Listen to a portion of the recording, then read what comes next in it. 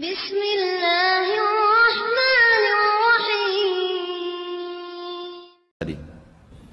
Ustaz, Ana mau tanya, apa hukumnya bila kita dibebaskan hutang oleh teman karena teman kita punya nazar dan nazarnya terpenuhi sehingga dia membebaskan hutang?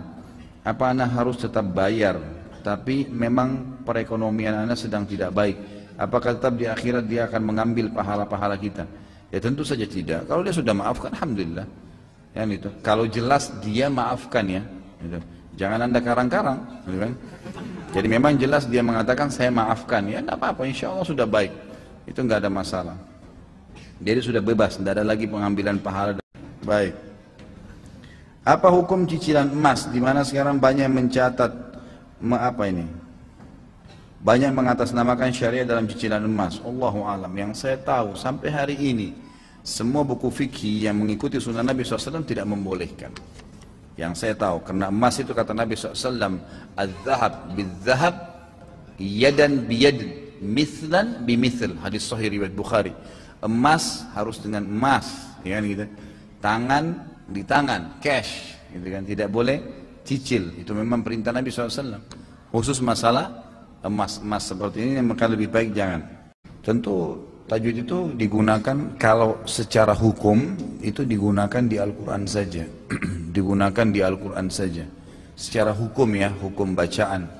Sebab kalau di dalam hadis maka tidak diperlukan, atau bahasa Arab umumnya termasuk komunikasi, gitu kan. Jadi kalau kita sedang komunikasi nggak ada guna, nggak ada bila guna, nggak ada ikhfa, memang sudah begitu umumnya, ya. Jadi lebih banyak digunakan di dalam Al-Quran.